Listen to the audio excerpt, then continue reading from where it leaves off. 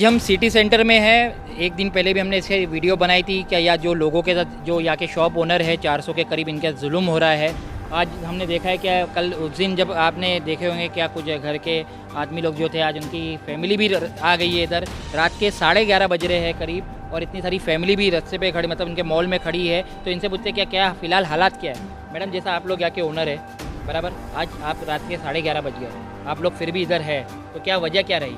वजह ये रही कि कुछ रिस्पांस नहीं आया और पुलिस वाले हम लोगों को बहुत टॉर्चर करके निकालने की बहुत तरकीबें निकाल रहे हैं। लेकिन चाहे कुछ भी हो जाए, कुछ भी हो जाए, मैं नहीं निकलूँगी जब तक कि मेरा फैसला नहीं होगा। मैं यहाँ से नहीं निकलूँगी, चाहे मुझे अकेले बैठना क्यों ना पड़ जाए। इतनी गर्मी में लाइट एसी भी बंद है सब। हमने बाहर बहुत तकलीफ उठाए है, वो बाहर बहुत तकलीफ उठाए हमने, तो ये भी तकलीफ उठा के दिखाएंगे सबको। तो इन लोग की तरफ से कुछ रिस्पांस आया या कुछ आया क्या? कोई रिस्पांस नहीं आया और वो लोग खाली झूठी लॉलीपॉप दे रहे, आओ हम फैसला करेंगे, तुमको जगह चाहिए क्या चाहिए आओ और करेंगे। ये 5 महीना पहले मैंने पुलिस कंप्लेंट की थी, 91 की FIR भी हुई, हल्की सी धारा लगा दी गई। मेरे को क्या जवाब मिला? मेरे को ना भाड़ा मिला ना मेरे को जगह मिली। तो फिर मेरा तो हाथ तो खाली है, ना जगह है ना भाड़ा है, तो मैं क्या करूँ? तो फिर पुलिस वालों ने क्या किया, मेरे स्टेटमेंट पे क्या लिख के दिए कि तुमने भाड़ा भी ले ली जगह भी ले ली। अगर मैंने भाड़ा ली तो मेरा स्टेटमेंट भी दिखाओ, सबूत दिखाओ कि कहाँ है मेरा भाड़ा, और जगह है तो जगह दिखाओ मेरी जगह कहाँ है। मेरे को जगह देखना है या मेरा भाड़ा देखना है। मैं यहाँ से निकलूंगी नहीं जब तक कि मेरा फैसला नहीं हो। चाहे पुलिस वाले मुझे कितना भी टॉर्चर करे, मैं भूख हड़ताल पे बैठूंगी। अगर सब चलेगा अकेले बैठ के दिखाऊंगी, जिसको जो करना है कर। अभी जैसा ये अपना जो जज्बात बता रही है इसकी वजह है क्योंकि रात को भी वो लोगों ने बाथरूम की लाइट वगैरह बंद की और आज तो हम लोग जोहर की नमाज के लिए गए ना, तो पूरा जो मेन होता है ना उनका डब्बा खोलकर फ्यूज़ वगैरह निकाल कर स्क्रू ड्राइवर से टाइट करके लेके गए। उस वक्त मेरी कंडीशन ज़रा ख़राब थी, मुझे BP का वो हुआ था, तो मैं बहुत रोई और एकदम बेहोश होने की तरफ हो गई थी। तो फिर मैं थोड़ा देर के लिए अभी मगरिब में वो गई। उसके बाद पुलिस आई, पुलिस आकर हम लोगों के साथ बहुत गेम खेली। पहला तो बोलती है कि तुम लोग का राइट्स नहीं है, तुम लोगों के पास तुम्हारे पे एक्शन लिया जाएगा, बार बार। और मुझे तो डायरेक्ट बोलती है तुला कार्रवाई, तुझावर कार्रवाई करना। ये चीज़ है। अभी जब हमारा इधर 9 महीने से ये चल रहा था तभी ये इलीगल नहीं था, गैर कानूनी नहीं था, और हमको बोलता है कि एग्रीमेंट बताओ। आज पुलिस आकर बोलती है, महेश कुमार ठाकुर नागपाड़ा सीनियर बोलते हैं कि एग्रीमेंट बताओ। विदाउट एग्रीमेंट के अगर ये 9 महीने से चला रहे तो आपने आकर पूछा क्या कि ये लोग कैसा बैठे हैं? आज हम ऑनर है, हम चीख रहे 9 साल से। हमारे एक एक एग्रीमेंट ने एक एक हमारे कंप्लेंट देखिए जा जाके हर नेता को मैंने लिखी हूँ। इन्होंने हर नेता को हर डिपार्टमेंट में BMC, MCGM, Wadala, D ward, E ward, fire, तो फिर वो रिकॉर्ड देखिए ना कि हम लोग झूठे हैं। हम लोग अगर ये कंप्लेन करें तो कि हम पागल है कि भाई हमको शौक आया है कि ये धूप में गर्मी में 9 महीने से मैं भटक रही हूँ, ये भटक रही है, जो हम सुबह 10:30 को निकलते रात को पहुँचते। अभी जैसा 24 घंटे से ज़्यादा हो गया, कुछ लोग यहाँ जो आए थे कल जिससे हमारा इंटरव्यू हाँ। मुद्दा उठाया था हमने, तो कुछ लोग अभी भी यहाँ मौजूद है। हाँ। तो अभी मतलब ये तो अभी जैसा बताया जा रहा है कि लोग बुला रहे हैं आप लोग को, क्या आओ बात करो, तो ये माहौल का देखो मैं एक बात बताती हूँ, एक ऑफिसर आकर हमको इस तरह से प्रेजेंटेशन कर रहा है कि जैसा वो वकील है, वकील की तरह में। देखो अब मैं जो ये बोल रही हूँ ना शायद बहुत बुरा लगेगा, लेकिन मुझे बोलना है कि प्रेजेंटेशन तुम वकील की तरह कर रहे हो, तो फिर तुम वकील हो किसकी तरफ से? उनकी तरफ से। डिफ़ॉल्टर जो एग्रीमेंट डिफ़ॉल्ट हो गया है, तुम जाहिर कर रहे हो कि वो डिफ़ॉल्टर हमारे हक में नहीं है। जिसमें हमारे हक में है वो बताता है कि वो गलत है, और जो वो उसके हक में है तो वो बताता है वो सही है और ये हम लोग गलत है। तो हमारा तो एग्रीमेंट चीख कर बोल रहा है ना कि हमारा एग्रीमेंट डिसॉल्व हो चुका है, 9 महीने से तुम ये मॉल चला रहे हो, हमको 1 रुपया नहीं मिल रहा है। हाँ, फिर तुम कैसा चला रहे हो?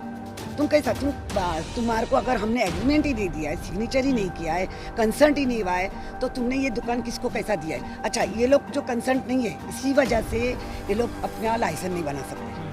अब लाइसेंस नहीं बनाएंगे तो जाहिर बात है कि ये लाइसेंस नहीं बन रहा है। तो क्यों नहीं बन रहा है? और लाइसेंस नहीं बना तो ये कौन सा धंधा हो गया? Black money. हाँ, तुम टैक्स भी नहीं भर रहे हो।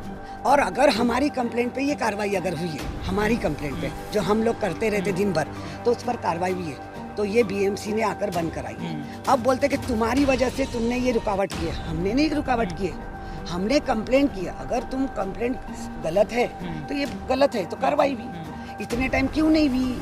अच्छा, 2006 का प्लान है जो ओनरशिप प्लान है। देखो ये मैं आज रिपीट बार बार कर रही हूँ, ओनरशिप प्लान है और इसके बाद अमेंडमेंट किया हुआ है। एग्रीमेंट डिसॉल्व हुआ, ओनरशिप का प्लान पास करवाइए। मैं रिक्वेस्ट करती हूँ सारी सरकारों से, मेरी इल्तिजा है कि ये अमेंडमेंट का प्लान हमारा जो कैंसिल करके हमारा ओनरशिप प्लान पास करके ये सारे गाले तोड़कर हमको हमारा जो जिसका जितना गाला निकलता है वो हमको प्लान बना के हमको ताबा हमको दिया जाए। मैं कोई भी चीज़ें सुनने को तैयार नहीं हूँ, कोई भी चीज़ें नहीं। रीडेवलपमेंट हो चुका है 337 पे, और अगर ये हो गया रीडेवलपमेंट तो हमको हमारा पोजीशन का हक है, क्योंकि इसी उमर जमाल पर ये 56 फ्लोर का टावर है, इसमें पार्किंग है। जब उन्होंने कमा चुका है तो इस पे 1 इंच भी शाहिद बलवा की जगह नहीं है। अगर एक चीज नहीं, वो बोलता है कि ये जगह मेरी है, ये लिफ्ट मेरा है, तो ये लिफ्ट मेरा है। मेरे रोड पर जब दूसरी जगह बिल्डिंगें बनती है तो गलियों का क्या किराया लेता है कोई? ये हमारी जगह है। आज हमको बोलता है कि तुम इधर का जगह का देने के लिए एग्रीमेंट दिखाओ। हम लोग ने लाए एग्रीमेंट, कईयों ने, जो दूर वाले थे नहीं ला सकते, सब बेचारे डर गए। तुम डरा रहे हो हम लोगों को, डरा रहे हो हम लोगों को। क्यों डरा रहे हो? किसके लिए डरा रहे हो? है कौन वो शाहिद बलवा? है कौन? मुझे बताओ, ये है कौन शाहिद बलवा? और ये पुलिस क्यों शाहिद बलवा से डरे? नहीं, और क्यों उसको हम लोग को दबाव में डाल रहे हैं? नहीं, उसको क्यों सपोर्ट टॉर्चर कर रही है पुलिस वाले? पुलिस वाले हमको टॉर्चर क्यों कर रहे हैं? सारी सरकार, सारी लोग क्यों सपोर्ट है? क्यों आवाज नहीं उठ रही है उनके लिए? क्यों नहीं उठ रही है? हमको ये जवाब दो। आज एक इंसान अगर अपना रीडेवलपमेंट कराना चाहता है जगह, तो क्या इसलिए कि उस पर कब्जा हो जाए और हम लोग भीख मांगते फिरे? आज हम 9 साल से भटक रहे। हमारा 2016 में प्रोटेस्ट हुआ है, इसका सबूत है सारे यूट्यूब में, और खासदार अरविंद सावंत को भी मालूम है कि यहाँ पर प्रोटेस्ट हुआ है। चलो उस वक्त लोग बहक गए, बिक गए, लेकिन आज भी हम उसी मुकाम पर है।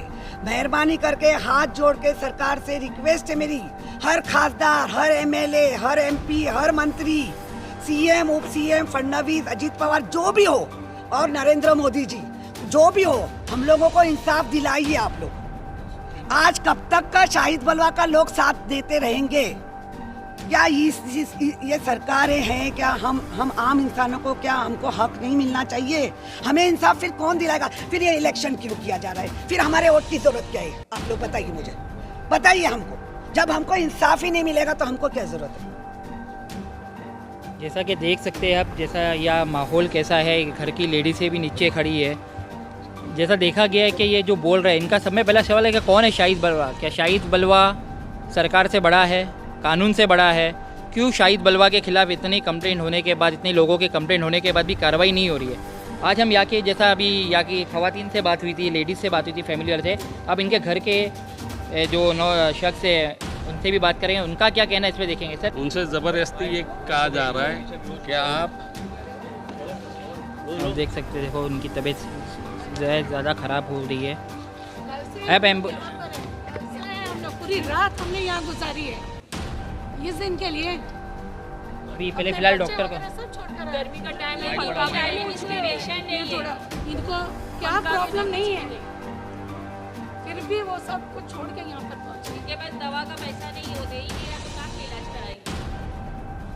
आप देख कंडीशन है, जे में जाके इलाज कराते हैं। ये यहाँ का माहौल आप देख सकते हो जैसा है। अब देखना इस पे है कि इस पे कौन कार्रवाई करेगा, इनकी आवाज़ कौन सुनेगा, इनके हक़ के लिए कौन लड़ेगा, ये देख सकते हैं। मैं जुनेद शेख, F3 न्यूज़ की तरफ से, और मेरे साथ अल्तमश शेख। Thank you. कि आप लोग डीसीपी साहब के पास गए थे अपना मुद्दा लेकर, डीसीपी साहब से क्या बात हुई, उन्होंने क्या कहा? देखिए, दोनों पक्ष वालों को डीपी साहब ने बुलाए, उन्होंने कहा कि इसका समाधान निकालिए। तो अब जब समाधान निकालने की बात हुई तो जो हमारा अपोजिट पक्ष है वो जो है मनगढ़ंत कहानियाँ उनकी वहाँ शुरू हो गई। हमको इतना नुकसान हुआ है, हमने 100 करोड़ दिए बयानी को, और वो सारी बातें उनकी चालू थी। तो उसका हम लोग काउंटर अटैक कर रहे थे कि भाई बयानी बोलता है 103 करोड़ हमारा बाकी है, तुम बोलते हो 100 करोड़ बाकी है। जब तक तुम सामने नहीं बैठोगे समझ में नहीं आएगा किसका बाकी है। और फिर उसके बाद में फिर काफ़ी लोगों ने और डीसीपी साहब ने भी उनसे कहा कि भाई जब आप नहीं चला पा रहे हो, आपको नुकसान हो रहा है, तो आप इनकी जगह वापस कर दो। तो वहाँ पे इन लोगों ने ये कहा कि गिने चुने लोग हैं जिनको अपनी जगह वापस चाहिए, बाकी सबको भाड़ा चाहिए, कोई नहीं, तो हम खाली गिने चुने लोग को जगह कैसे दे दें। तो हमारे भाई जो साथ में गए थे आदिल भाई, उन्होंने कहा कि आज आप ऐलान कर दीजिए कि हमको हमारी जगह वापस चाहिए, हर आदमी खड़ा हो जाएगा। तो आप ये किस तरह कैसे बोल सकते हैं कि जो है लोगों को जगह नहीं चाहिए। फिर हमने भी डीसीपी साहब से कहा, हमने कहा सर अगर 20 साल पहले मैं आपकी कोई चीज़ 200 रुपये में आपसे भाड़े पे ले रहा हूँ, आज 20 साल बाद जगह की वैल्यू बढ़ जाती है, किराया भी बढ़ जाता है। 20 साल बाद अगर मैं आपसे बोलूं कि मैं 200 रुपया नहीं 50 रुपया दूंगा आपको, क्या आप मेरी बात मानोगे? तो वो भी हमारी बात से एग्री हुए। उन्होंने उनसे कहा कि भाई प्रॉपर्टी आज के टाइम पे, हमने सीधे कहा उनसे, भाई लाख रुपया आप भाड़ा ले रहे हो 100 स्क्वायर फुट का, और पीछे का 700, चलो आधा भी कर दो तो 500 और 250 350 होता है, तो आप हमको 80 रुपये कौन से हिसाब से दे रहे हो? और उन्होंने भी कहा कि भाई पूरे बॉम्बे जैसी जगह पे 100 स्क्वायर फुट का इतना कम भाड़ा नहीं होता है, इसका आप कोई समाधान निकालिए।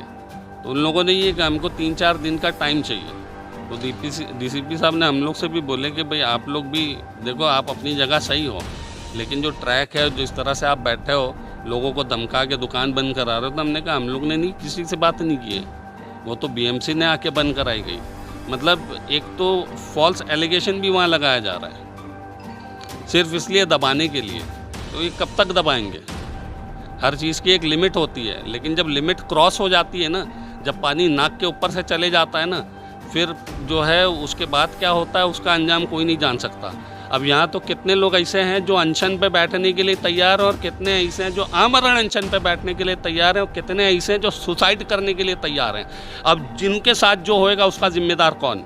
लेकिन डीसीपी साहब ने 4 दिन का टाइम दिया है, तो मुंबई पुलिस की मान रखते हुए और डीसीपी साहब की मान रखते हुए हमने उन्होंने जब मुझसे कहा कि भाई थोड़ा टाइम दीजिए, हमने कहा इनसे पूछिए कितना टाइम चाहिए इनको। बोले 4 दिन। हमने कहा सर पिछले 1 साल से इन लोग ये 4 दिन करके घुमा रहे हैं, हर बार चेहरा बदल जाता है। कभी शाहिद बलवास से मिलने की कोशिश किसी ने नहीं किया इन दिनों में? वो सामने नहीं आता है ना, वो सामने नहीं आता है, वो अपने चेले चपाटों को भेजता है। और वो मैं आपसे वही बोल रहा हूँ ना, बताइए भाई। शाहिद बालवा से तो डायरेक्ट मीटिंग नहीं, हमने जब भी मीटिंग के लिए बोला तो नबील पटेल से हमारी मीटिंग हुई है, और जस्ट उन्होंने खाली नबील पटेल कौन है? नबील पटेल उन्हीं का आदमी है शाहिद बालवा का, लेकिन कोई अभी तक डिसीजन नहीं किया उन्होंने। और यहाँ तक उन्होंने बोल दिया है कि भाई अगर आप लोग हमारा जो है वो प्रपोजल नहीं मानोगे तो हम ये जगह को सड़ा देंगे। और शाहिद बालवा का ही कहना ये था कि या तो 80 रुपये भाड़ा लो, 80 रुपया स्क्वायर फीट भाड़ा लो, नहीं तो भाड़ा भी नहीं दूंगा और जगह तो दूंगा नहीं, सड़ा दूंगा जगह। 80 रुपया स्क्वायर फीट भाड़ा वो आप लोगों को देंगे, और दुकानदारों से 700 रुपया स्क्वायर फीट और 100 रुपया स्क्वायर फीट, 1000 रुपया स्क्वायर फीट उनसे लेंगे। वो भाड़ा ले रहे हैं उनसे। तो ये प्रॉफिट कौन रख रहा है?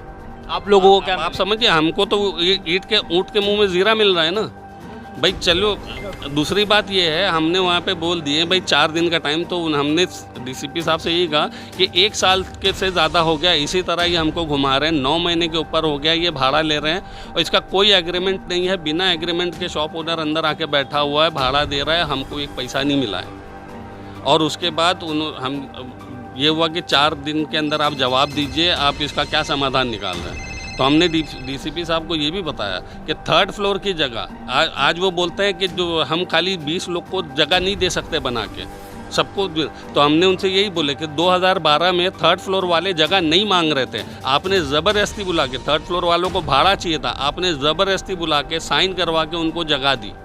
और आज 4 साल हो गया है, 3 साल पहले आपने 2 करोड़ रुपया 3rd फ्लोर वालों से ले लिया, बोले थे 6 महीने में जगह बना के दोगे, आपने अभी तक जगह बना के नहीं दिया हो। तो इसका जवाब 4 दिन में हमको चाहिए। और सिर्फ मुंबई पुलिस और डीसीपी का मान रख के हम लोग 4 दिन के लिए यहाँ से हट रहे हैं। 4 दिन में अगर समाधान नहीं आया तो आज 15 है, कल 100 बैठेंगे। ये 4 दिन के लिए मतलब ये धरना अभी चलेगा या ख़त्म होगा? नहीं, उनके उस रिस्पेक्ट के उसमें हम ख़त्म कर रहे हैं, लेकिन 4 दिन में पोस्टपोन कर रहे हैं। And this is a warning to everyone. After 4 days, we'll come over here and we'll come in full force and we'll sit on an unshan and armor an unshan. Writing, we'll give in writing that if a single person, anything happens to them, then Balwas family and the directors and their servants will be responsible for this. Because enough is enough. Now the water is above the nose. No one can tolerate. No one, see, everyone need. तो आप काहे को काम करते हो? रोजी की रोटी के लिए। जब आपकी रोजी रोटी सामने वाला खा जा रहा है तो हक मांग के लो, नहीं देता है छीन के लो। तो ये हमको मजबूर कर रहे हैं कि और नहीं देता है तो कुछ ना कुछ एक्शन आदमी करता है। तो अब हमारे पास एक ही एक्शन बचा है। अब ये हमको बोलते हैं कोर्ट में जाओ। जो कोर्ट में गए हुए हैं वो 8 साल से कोर्ट में, मतलब आज जितने यहाँ बैठे हैं किसी के पास पैसा ही नहीं है, आदमी कोर्ट में कहाँ से जाएगा? मेरे पास पैसा ही नहीं है। आज वकीलों की फ़ीस कितनी है? इनके पास पैसा पड़ा हुआ 1 करोड़ रुपया भर के वकील को खड़ा कर देंगे। हम कौन से वकील को खड़ा करेंगे? हमारे पास पैसा नहीं, तभी तो हम आके यहाँ बैठे हैं। हमसे कहा जाता है आप कोर्ट में जाओ। 8 साल से लोग कोर्ट में, आप खुद जानते हो कोर्ट में जाने का मतलब क्या? 10 साल में कौन रहेगा? मैं जीऊँगा? नहीं। मेरी औलाद जिएगी? नहीं। किसी की गारंटी नहीं है। लेकिन एक चीज़ की गारंटी है, इधर जो मजलूम के साथ जुल्म करता है अल्लाह ताला उसको दुनिया में भी दिखाते हैं और आखिरत में भी दिखाते हैं। तुम कितना भी ऊंचा चले जाओ, अल्लाह से बढ़ के नहीं जा सकते हो। फिरौन ने भी खुदाई दावा किया था, कारून ने भी खुदाई दावा किया था और नमरूद ने भी खुदाई दावा किया था। उनका हशर आप देख लो और अल्लाह न करे कि आपका भी हशर ऐसा है। सुधर जाओ, मजलूमों को मत सताओ, इसलिए कि मजलूम के दिल से जो आन निकलती है सीधे अल्लाह के अर्श से टकराती है। और जिस दिन टकरा गई तो अल्लाह की लाठी में आवाज़ नहीं होती है, लेकिन वो जब पड़ती है ना तो दुबई जैसी जगह को भी सत्यानाश कर देती है एक दिन में। तो जैसा कि आप लोगों ने देखा यहाँ पे सिटी सेंटर के लोग, आज 2 दिन हो गया, 2 दिन में वहाँ पे एक आंटी बेहोश हो गए। धरना देते देते अपने हक के लड़ाई लड़ते लड़ते यहाँ पे इतने लोग खड़े हैं। डीसीपी और मुंबई पुलिस के कहने पे ये धरना को रोका जा रहा है, पोस्टपोन किया जा रहा है। 4 दिन बाद देखते हैं इन्हें क्या फ़ैसला, इनके हक में फ़ैसला लिया जाता है और आगे क्या होता है। और हमारे वीडियो के साथ ऐसे बने रहे। हमारा चैनल लाइक करें, सब्सक्राइब करें और शेयर करें। F3 न्यूज़ और tag news official. Thank you.